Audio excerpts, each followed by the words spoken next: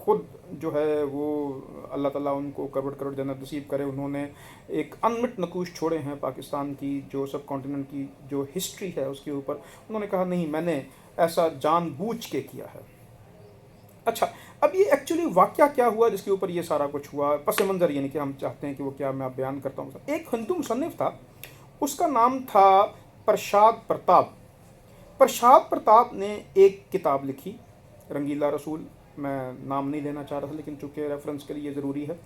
اس کتاب کو اب چھاپ کوئی نہیں رہا تھا، تو ایک ہندو جو پبلشر تھا جس کا نام راج پال تھا، اس نے اس کو چھاپنے کا بیڑا اٹھایا، اور ساتھ میں یہ بھی کمٹ کیا کہ ہم اس کی جو آئیڈینٹی ہے یعنی مصنف کی آئیڈینٹی اس کو ہم خفیہ رکھیں گے. اچھا خیر، یہ کتاب چھپی. 1923 کا واقعہ ہے جس میں یہ کتاب چھپی.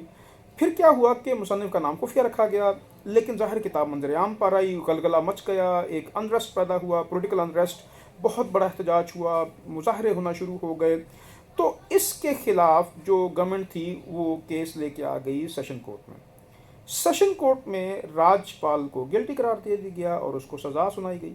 لیکن راج پال نے آنریبل لاہور ہائی کورٹ میں اپیل کی، جہاں پہ جسٹس دلیپ سنگھ نے یہ کیس سنا، اور جسٹس دلیپ سنگھ نے راج پال کو اس کیس میں ایپیلیٹ سٹیج پر بری کر دیا، یہ کہہ کر کہ جو میں سمجھتا ہوں قانون لحاظ سے درست ہے کہ سیکشن 153 آئی پی سی انڈین پینل کوڈ کا سیکشن 153 دراصل اس اوفینس کو جو اس نے یہ کمٹ کیا ہے، یعنی بلاسفیمی اور دی ہیٹرڈ اور the unethical act against any religious leader, یہ اس میں فال نہیں کرتا 153 میں.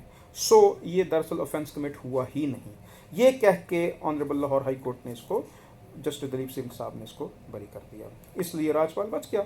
اچھا، اب اس کے خلاف بڑے پیمانے پر جو ہے وہ مظاہرے ہوئے کہ جناب یہ بڑا غلط فیصلہ ہے، یہ فیصلہ ایسا نہیں ہونا چاہیے تھا، یا یہ فیصلہ جو ہے یہ مسلمانوں کے جذبات کے خلاف ہے تو مسلمانوں کے جذبات کے خلاف. لیکن ظاہر ہے قانون ہے، اور اس کے اگینسٹ گورنمنٹ جو تھی وہ جا نہیں سکتی تھی. گورنمنٹ نے کیا کیا کہ گورنمنٹ نے اس کے اوپر کوئی ایکشن نہ لیا. نتیجتاً مسلمانوں میں ایک شدید غض و غضب جو ہو پیدا ہونا شروع ہوا، جو کہ چلتا رہا. اور اس دور میں جو آپ یوں سمجھیے کہ بہت بڑی ذہن سازی کی اس مقدمے کے نتائج نے، اس مقدمے کے عواقب نے. کیسے کہ اس مقدمے کے بعد 1930 میں جب علامہ اقبال نے جو تجویز پیش کی مسلمانوں کے علیحدہ وطن کی، جس کو کہ قرارداد پاکستان میں 1940 میں ایک باقاعدہ دستاویزی شکل دی گئی، یہ جو ذہن پیدا ہوا، یہ جو آپ یوں سمجھے خیال آیا علامہ اقبال کے ذہن میں، یہ دراصل اس مقدمے میں آیا تھا، کیونکہ علامہ اقبال بڑے شامل تھے اس میں. انہوں نے وہ دفنانے تک لے کے علامہ اقبال اور قائد اعظم کی معاونت میں، اور یہ بہت کچھ علامہ اقبال نے یہاں پہ کیا. ان کا کیریکٹر جو ہے وہ کھل کے سامنے آیا کہ وہ کس قدر عشق نبی صلی اللہ علیہ وسلم کے ساتھ لبریز ہیں. تو یہ بھی ایک بہت بڑا کنٹریبیوٹری کاز تھا یہ پاکستان کے لیے، جو ایک علیحدہ ایک خواب سوچا گیا جو علامہ اقبال نے سب سے پہلے، جس کو ہم صحرا علامہ اقبال کے سر باندھتے ہیں 1930 میں. اچھا، پھر ہم چلتے ہیں واپس علامہ غازی الدین کی پھانسی کی طرف.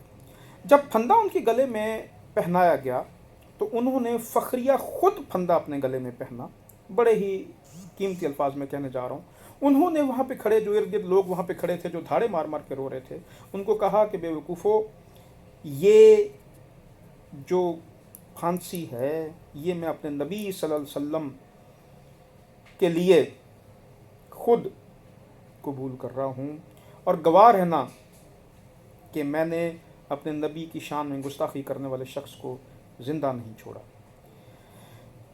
اور اس کے بعد وہ کلمہ شہادت پڑھتے ہوئے تختہ دار پر چڑھ گئے، پھٹا کھینچ دیا گیا ان کی قدموں کے نیچے سے. جب جنازہ پڑھا گیا تو ان کو بیسیکلی جب پھانسی ہو گئی تو انڈیا جو برٹش گورنمنٹ تھی اس نے ظاہر وہ اپنے پریویس ایکسپیرینس سے یہ سمجھتے تھے کہ اگر ہم اس کے جنازے کا اجازت دیں گے تو یہ بہت بڑا ایک ہمارے لیے پرابلم پیدا ہو سکتا ہے. انہوں نے بغیر جنازے ہی ان کو میاں والی جیل میں، ظاہر ان کی پھانسی ہوئی تھی میاں والی میں ہی کہیں ان کو دفنا دیا. اس کا مزید مسلمانوں کے جذبات کے اوپر بہت یوں سمجھیے گہرا اثر ہوا، اور بہت غیظ و غضب پیدا ہوا مسلمانوں کے اندر لگاتار چلتے رہے اس کے خلاف مظاہرے کہ ہمیں ان کا جسد خاکی جو ہے وہ لاہور میں لا کر جنازہ پڑھا کر ہمیں دفن کرنے کی اجازت دی جائے. مسلمانوں کا یہ مطالبہ تھا. مسلمانوں کے اس مطالبے پر ظاہر ہے برٹش گورنمنٹ جو تھی وہ جو ہے وہ کافی ریلیکٹنٹ تھی. وہ نہیں چاہ رہی تھی کہ ہم جو ہے مسلمانوں کا یہ مطالبہ پورا کریں، کیونکہ ان کو ظاہر ہے پولیٹیکلی جو ایشوز آنے تھے ان کا خطرہ تھا اس بات کا. لیکن علامہ اقبال نے، اللہ ان پر رحمت نازل کرے، علامہ اقبال نے کہا کہ نہیں، میں اس بات کی گارنٹی دیتا ہوں کہ مسلمان ان کے جنازے میں کسی قسم کا کوئی ریوولٹ، کسی قسم کی کوئی بغاوت، کسی قسم کا کوئی پولیٹیکل جو ہے وہ نہیں کریں گے. تو آپ ہمیں اجازت دیجیے تک، کیونکہ ہم ان کا جنازہ پڑھ کے ہم ان کو دفنانا چاہتے ہیں. خیر اجازت دے دی گئی، لاہور لایا گیا اور وہاں پہ ان کا جنازہ ہوا اور ان کو وہاں لاہور میں دفن کیا گیا. اچھا، اب چلتے ہیں اس مقدمے کے نتیجے، یعنی اس مقدمے کا جو آفٹر ایفیکٹس تھے اس کے، یعنی وہ کیا ہوئے. دیکھیے، پاکستان میں جو بلاسفیمی کا لاء ہے، وہ بلاسفیمی کا لاء دراصل غازی علم الدین شہید کے مقدمے سے متاثر ہو کے، یا اس کی کنٹریبیوشن جو ان کا تھا اس کے نتیجے میں پاکستان میں بلاسفیمی کا لاء جو ہے وہ بنا ہے. کیسے؟ دیکھیے، 31 اکتوبر 1929 کو شہادت ہوتی ہے غازی علم الدین کی.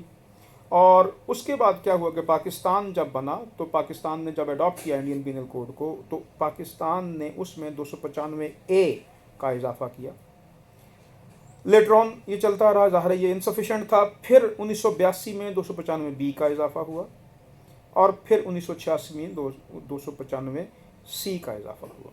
اچھا، اس میں ایک بڑی اہم بات جو میں یہاں پہ کرنے جا رہا ہوں وہ ہے حضرت قائد اعظم کا مائنڈ سیٹ، جو اس میں ان کے کنڈکٹ سے جو ہم نکلا، اور میں سمجھتا ہوں کہ آج تک وہ کافی ہے. وہ یہ ہے کہ لوگ یہاں پر قائد اعظم کے ظاہری حلیے یا ان کا جو ایجوکیشنل بیک گراؤنڈ تھا اس کی وجہ سے ان کو ایک لبرل کہتے ہیں، ایک ماڈرن، ایک لبرل ایسا شخص کہ جو دراصل بظاہر اسلام پر عمل پیرا نہیں تھا، اور ان کی نظر میں صرف ڈیموکریسی یا ڈیموکریٹیکل جو آپ کا انکلینیشن ہے وہی سب سے زیادہ اہمیت کا حامل تھا. تو ایسا نہیں ہے. ریزن دیر بھائی، قائد اعظم نے اس شخص کے مقدمے کی پیروی کی جس شخص نے نبی کریم صلی اللہ علیہ وسلم کی شان میں گستاخی کی، اور ایک اپنے جان بوجھ کے ایک ہارے ہوئے مقدمے میں اپنا وکالت نامہ دے کے اس کی پیروی کی. تو کیا ثابت کرتا ہے کہ قائد اعظم اندر سے ہم سب سے زیادہ بڑھ کے مسلمان تھے. ایک بات. دوسری بات، جب اس کے اوپر وہ سزائے موت دی گئی ان کو، تو انہوں نے جب پاکستان بنا تو 11 اگست کی جو تقریر تھی جس میں انہوں نے اپنا مائنڈ سیٹ واضح کیا، تو اس میں انہوں نے کہا کہ ہمیں جو ہے وہ امپارشیلٹی، نیوٹرلٹی اور لبرلزم کی ضرورت ہے. ہم سوسائٹی میں ایسے کسی رجحان کو جو ہے وہ ہوا نہیں دیں گے کہ جس سے کہ ہم دوسروں کی دل آزاری کا باعث بنیں. ظاہر ہے مسلمانوں کی دل آزاری کا سب سے بڑا کارن، سب سے بڑی وجہ، سب سے بڑی جو ریزن تھی وہ یہ ہو سکتی ہے کہ آپ نبی کریم صلی اللہ علیہ وسلم کی شان میں کوئی گستاخی کریں. تو میں یہ سمجھتا ہوں کہ جو اب تک کی باتیں میں نے کی ہیں اس میں کچھ اجمالی جائزہ غازی علم الدین شہید کے جو مقدمے ہے اور اس کے نتائج، اس کے عواقب، اس کی ریزنز جو تھیں، جو ان کی وجوہات تھیں، اس پر جو ہے وہ گفتگو میں نے کی ہے. تو باقی آپ جو اس میں قانون سے وابستہ لوگ ہیں، قانون سے وابستہ لوگ جو قانون کے اسٹوڈنٹس ہیں، خاص کر میں انہیں یہ ضرور کہوں گا کہ آپ یہ جو سائٹیشن ہے یہ نیٹ سے آسانی سے مل سکتی ہے، یا آپ اگر آپ کسی لائبریری سے آپ کی جو ہے وہ آپ یوں سمجھے پہنچ ہے تو لائبریری سے آپ یہ سائٹیشن نکلوائیے، اور اس سائٹیشن کو یعنی کہ Ilmuddin versus the emperor AIR 1930 Lahore 157 اس کو نکلوائیے، اس کو پڑھیے، اور اس میں دیکھیے کہ کیا وہ فیصلہ جو ہے وہ قانون کے مطابق درست ہے. نہیں ہے تو کیوں نہیں ہے. اس سے یہ میں آپ کو آج یہ دعوت فکر دیتا ہوں اور آپ سے اجازت لیتا ہوں اگلے کسی نئے جو ٹاپک کے لیے. اللہ حافظ.